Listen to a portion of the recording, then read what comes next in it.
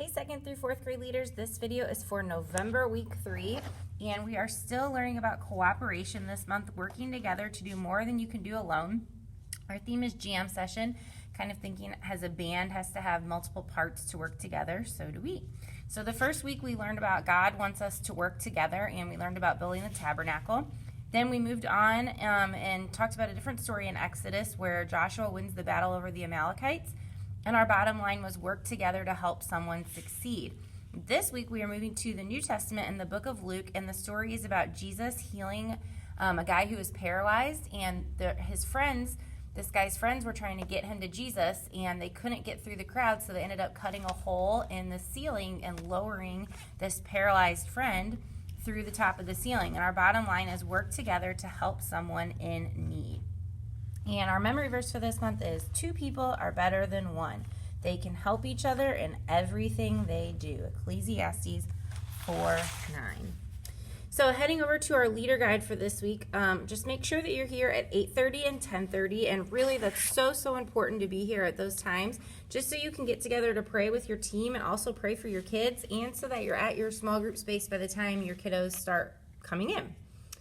When kids start coming in at, please stop. At 8:40 and 10:40, just welcome them. Make sure you know everybody's name. Definitely help any first-time guests to feel welcome. Ask everybody about their week, and then just some little icebreaker questions. What are your plans for Thanksgiving? Who are you going to spend that holiday with? Will you travel? When you look around the table, who will be there? What food are you looking forward to eating? Then when service starts at 9 and 11, you're going to do an activity called Chain of Needs. So you're going to have a bunch of construction paper strips on your cart, along with your markers and a stapler. And so while you're doing this, you can turn some music on your phone, maybe Christmas music. I know the snow yesterday got me in the Christmas music mood, so whatever you would like. You're going to give each kiddo a strip and a marker, and you're going to encourage them to think about something that they could do to help someone else. And then you're going to have them write it down. Henry, please stop. Or draw a picture of it. And just while kids are working, you can be playing music, and when they're finished, let them share their answers, and you're going to staple their strips together to make a little paper chain out of all of it. And you'll close this activity down by saying, wow, guys, those are some great ways to help others. You came up with some things that I hadn't even thought of. Well, today in our Bible story, we're going to hear about how God made us to help others, and I'm pretty sure that it requires some cooperation. So let's go find out. So hold on to that paper chain because you're going to need it for your prayer at the end. So then head over to large group. We have a live storyteller and live host this week, so it's very exciting. It's going to be a really funny story. So be sure to sit with your group and help them to listen and engage in the live group segment. When you get back, our review activity is called Carry That Friend. So here is where we need your help. As small group leaders, we would love for you to bring in a blanket or a beach towel. That would just be really helpful so that I don't have to try to round up 6 different blankets or 6 different beach towels. So if you could remember to bring in a blanket or a beach towel, that would be awesome. We will have stuffed animals for you. What you're going to do is select one of your kids. It says select one of your kids to sit in the center of the blanket and 4 kids to hold each of the corners. Okay, I'm going to leave this up to you guys as small group leaders. If you feel like your kids are strong enough to not hurt the child on the blanket and mature enough to not hurt the child on the blanket, you can put a kid in the blanket. Only if you have a blanket. I feel like a towel will not be big enough. So in that case, we will have a stuffed animal for all of you, and they can practice carrying the stuffed animal. So the challenge is for the 4 kids to lift the blanket with the friend to the center and carry them about 10 feet away. Again, that's up to you. If you think your small group can handle that challenge, then go for it. If not, then we will have the stuffed animal for you to put in the middle of the blanket, and kids will just keep taking turns until they've all had a turn to either carry the stuffed animal or be carried or be the people carrying. And then each time they return to the starting point, you're just going to ask them a review question and let them work together to come up with the answer. So then they have a bunch of review questions for you. So how did the 4 friends in today's Bible story work together? And then here's some other review questions that you can ask each time they walk to one end and come back. So then you'll close that activity down by saying, guys, it wasn't easy to carry your friend today on our blanket. Or you could, if you did the stuffed animal, you could say, imagine trying to lower a human being on a blanket down through a roof. That would be really hard. And when they made it all the way there and they weren't able to get inside, These friends were willing to do whatever it took to help their friend Jesus.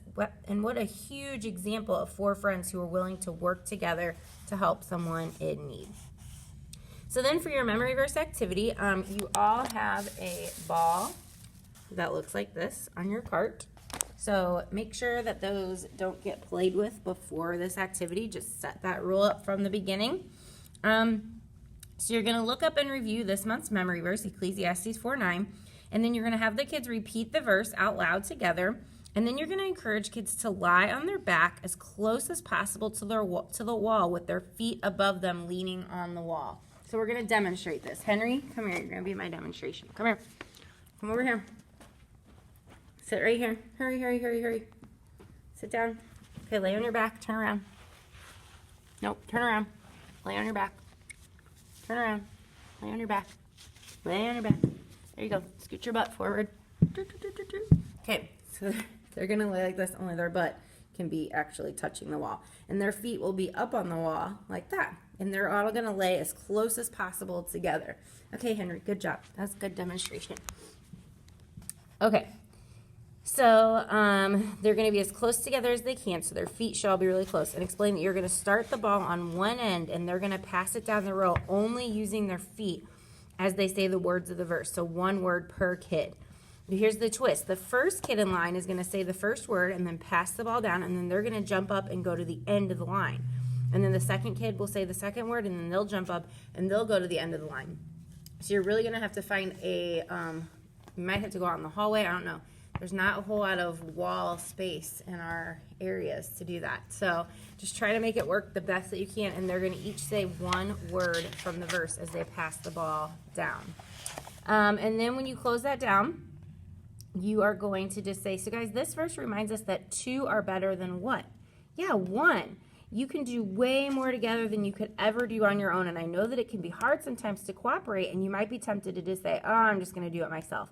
But I promise you that you can do way more than you could ever do alone when you're working together, especially when it comes to meeting the needs of people around you. So that's why we need to work together to help someone in need. And then here's just some optional small group discussion questions if you want to go over them. Encourage kids to share a time when they helped someone, maybe they worked together. Ask, who do you know that needs help on a regular basis? Encourage kids to share a time when they worked with others to help someone. Maybe they were raising a goal for a local charity. And then make it personal. Share about a time when a group of people worked together to help you. Maybe when you had a baby, or you were sick, or you had surgery, or something like that. So then, go get it, Henry. So then to close down, you're going to need your chain from the very beginning. And you're going to let each kid pull off one of the paper strips. And then challenge them to meet the need on that paper strip this week. So it might not be the one that they did, or you can have it be the one they did, whatever you'd like to do as a small group leader. And just remind them that they need to cooperate with someone else to meet that need. And maybe tell them about a time that you did that. Maybe it was for a Christmas gift or Thanksgiving or whatever it might be.